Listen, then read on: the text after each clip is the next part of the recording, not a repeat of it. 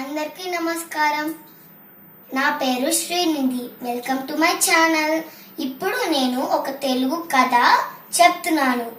ఈ కథ పేరేంటంటే తెలివైన ఎలుక. ఒకానొకప్పుడు ఒక చెట్టు కింద ఒక చిన్న హోల్ చేసుకొని ఒక ఎలుక నివసిస్తూ ఉంది. ఆ చిన్న హోల్ ఎలుక ఇల్లు. ఒకరోజు ఎలుక తన మనసులో ఆలోచించుకుంది, అబ్బా, ఇంట్లో కూర్చొని బాగా బోర్ కొడుతుంది. ఇంకా వర్షం కారణంగా నేను బయటికి కూడా వెళ్ళలేకపోతున్నాను. ఇప్పుడు వర్షం పడట్లేదు కాబట్టి, వర్షాలు కూడా ఆగిపోయినాయి కాబట్టి నేను ఇవాళ పట్టణం వెళ్తాను అని ఆలోచించుకున్నది ఆలస్యం. వెంటనే తయారైపోయి పట్టణం వైపు వెళ్తూ ఉంది. దారిలో వెళ్తూ ఉండగా ఒక పెద్ద బట్టల షాప్ కనపడింది. అబ్బా, ఈ బట్టల షాప్ ఎంత బాగుందో, నేను లోపలికి వెళ్ళి చూస్తాను ఎట్లా ఉండిద్దో అని అనుకుంది. ఇంకా షాప్ ఓనరు తలుపు తెరిచి లోపలికి వెళ్తూ ఉండగా ఎలుక కూడా తన వెనకాలే వెళ్తూ ఉంది షాప్ లోపలికి.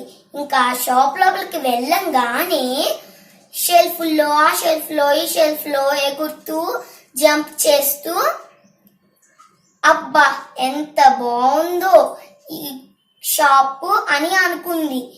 ఇప్పుడు నేను ఒక క్లాత్ కొనుక్కొని టోపీ కుట్టించుకుంటే ఎట్లా ఉంటుంది అని అనుకుంది. ఇంకా షాప్ ఓనర్ తన సీట్లో కూర్చున్న తర్వాత ఆ ఎలుకని చూశాడు. ఏ ఎలుక, నువ్వు ఇక్కడ ఏం చేస్తున్నావు నా షాప్ లో? వెళ్ళిపో బయటికి అని అన్నాడు. అప్పుడు ఎలుక ఏమనింది, షాప్ అంకుల్, ఇప్పుడు నాకు ఒక క్లాత్ కావాలి, నేను టోపీ కుట్టించుకోవడానికి అని అనింది. క్లాత్ ఎలుకకి క్లాత్ అని అన్నాడు. ఎలుక ఆన్సర్ ఇచ్చింది, నాకు ఇప్పుడు క్లాత్ కావాలి, ఎందుకంటే నా కోసం నేను టోపీ కుట్టించుకోవాలి. టోపీయా? ఎలుకకి టోపీయా? వెళ్ళిపో, నేను ఎలుకలకి ఏమీ ఇవ్వను నా షాప్ లోవి, వెళ్ళిపో, నా షాప్ నుంచి బయటికి వెళ్ళిపో అని అన్నాడు. ఎలుక అనింది, నాకు క్లాత్ ఇస్తావా ఇయ్యవా అని గట్టిగా కోపంతో అనింది.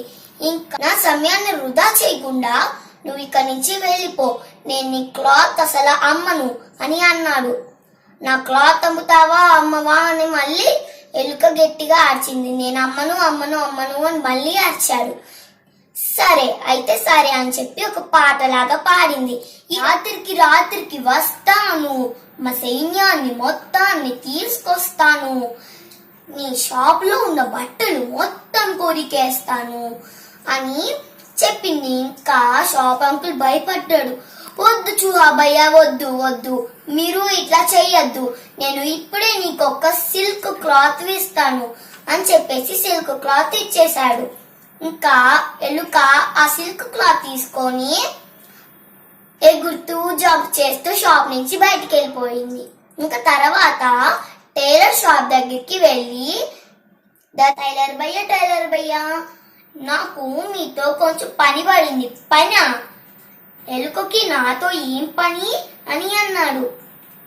ఆ సమయాన్ని వృధా చేయకుండా ఇక్కడి నుంచి బయటికి వెళ్ళిపో ఎలుక అని గట్టిగా అన్నాడు. ఎలుక, టైలర్ భయ్యా, ఈ సిల్క్ క్లాత్ తీసుకొని నాకు ఒక మంచి టోపీ కొట్టివ్వు అని అనింది. టోపీయా? ఎలుకకి టోపీ ఎందుకు? నేను నీకు చూడడానికి ఎట్లా కనిపిస్తున్నాను అని అన్నాడు. ఎలుక, టైలర్ భయ్యా, నువ్వు నాకు టోపీ కుట్టిస్తావా లేదంటే కుట్టివా అని అనింది. గట్టిగా కోపంతో అరిచింది. ఇంకా టైలర్ కూడా కోపం వచ్చేసి, నేను కుట్టినంటే కుట్టిను అని ఇంకా గట్టిగా అరిచాడు. ఇంకా మళ్ళీ కోపంతో, అయితే సరే, నువ్వు ఒకవేళ నాకు కుట్టికపోతే నా టోపీ ఈ రాత్రికి వస్తాను, నా సైన్యాన్ని మొత్తాన్ని తీసుకొస్తాను నీ షాపులో ఉన్న బట్టలు మొత్తాన్ని కొరికేస్తాను అని మళ్ళీ పాట పాడింది. ఇంకా టైలర్ అతను భయపడిపోయి, అమ్మో అబ్బయ్య, నువ్వు ఇట్లా చెయ్యొద్దు, నేను ఇప్పుడే నీ టోపీ మంచిగా కుట్టిస్తాను అని చెప్పాడు. ఇంకా కొంచెం సమయంలోనే మంచి టోపీ కుట్టించాడు. ఆ ఎలుక ఆ టోపీని తన తల మీద ధరించి అద్దంలో చూసుకుంది. అబ్బా, ఈ టోపీ బాగా సాదా సీదాగా ఉంది, ఇంకా చాలా ప్లెయిన్ గా ఉంది. ఈ టోపీ మీద రంగుల రంగుల చమ్కీలేలు కుట్టించుకుంటాను. తర్వాత జంప్ చేస్తూ డాన్స్ చేస్తూ టైలర్ షాప్ నుంచి రోడ్డు మీదకి వచ్చేసింది. ఇంకా తర్వాత రోడ్డు మీద నడుస్తూ నడుస్తూ చెంకీలే షాప్ లోపలికి వెళ్ళింది.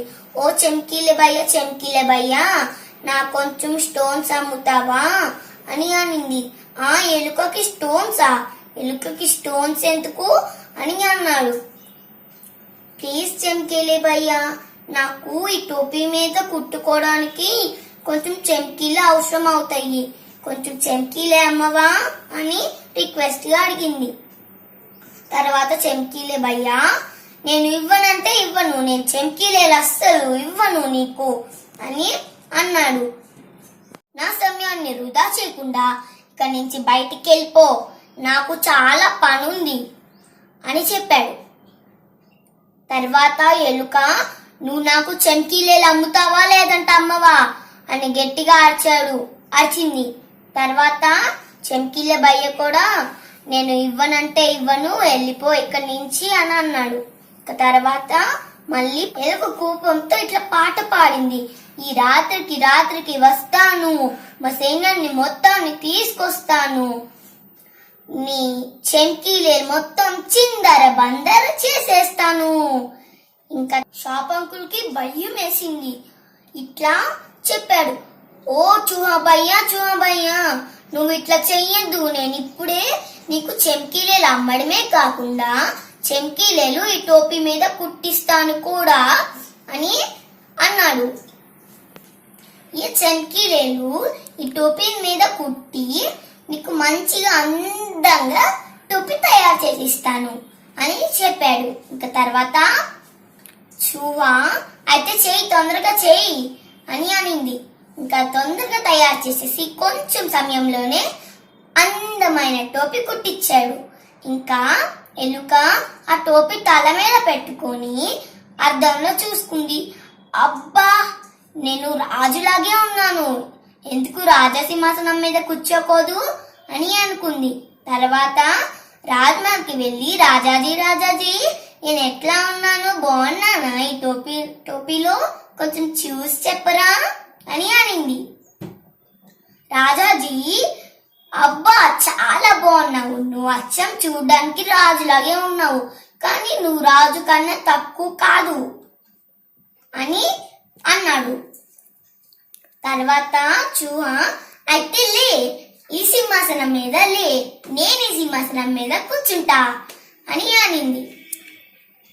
ఇంకా రాజా, ఏంటి నీకు ఈ సింహాసనం కావాలా? నేను ఈ సింహాసనం ఎవరికి ఇవ్వను, ఈ సింహాసనం మీద కూర్చున్న అర్ಥ నాకే ఉంది అని అన్నాడు. గట్టిగా కోపంతో వచ్చాడు. ఇంకా తర్వాత సైనికుల్లారా, పట్టుకోండి ఎలుకని అని అన్నారు. సైనికులు ఎలుకని పట్టుకోవడానికి పరిగెడుతున్నారు. ఎలుక దొరకకుండా అటు ఇటు పరిగెడుతూ ఉంది. లాస్ట్ అండ్ ఫైనల్ కి ఒక సైనికుడికి చిక్కింది. ఇంకా సైనికుడి చెవి కొరికేసి పరిగెత్తుకుంటూ వెళ్ళి, రాజాజీ, ఈ సింహాసనం మీద కూర్చొని రానింది. రాజాజీ, నేను సింహాసనం మీద కూర్చోనంటే కూర్చోనీను అన్నాడు. ఇంకా తర్వాత మళ్ళీ పాట పాడింది. ఈ రాత్రికి వస్తాను, మా సైన్యాన్ని మొత్తాన్ని తీసుకొస్తాను, మీ రాజమహల్లో నువ్వు ఇంకా మీ సైన్యం నిద్రపోతున్నప్పుడు అందరి చెవిని కొరికేస్తాను అని పాట పాడింది.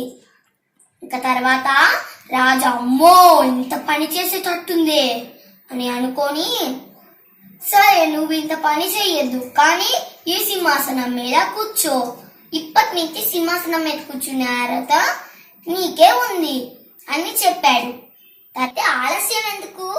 ఈ సింహాసనం నుండి దిగు, నేను ఈ సింహాసనం మీద కూర్చోవాలి అని పరిగెత్తుకుంటూ గెంతుతూ హ్యాపీగా ఇట్లా జంప్ చేస్తూ ఆ సింహాసనం మీద కూర్చుంది. హ్యాపీగా ఎంజాయ్ చేసింది, హ్యాపీగా ఫీల్ అయ్యింది.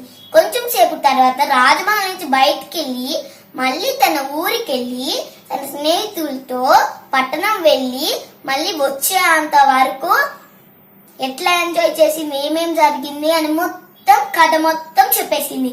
ఇంకా వాళ్ళ స్నేహితులు కూడా చాలా హ్యాపీగా ఫీల్ అయ్యారు. అందులో నీతి, మనము ఏదైనా గట్టిగా సాధించాలి అని ధైర్యంతో ట్రై చేస్తే ఇంకా ఇంకా ముందుకి ట్రై చేస్తూ వెళ్తే ఏదైనా సాధించగలుగుతాం.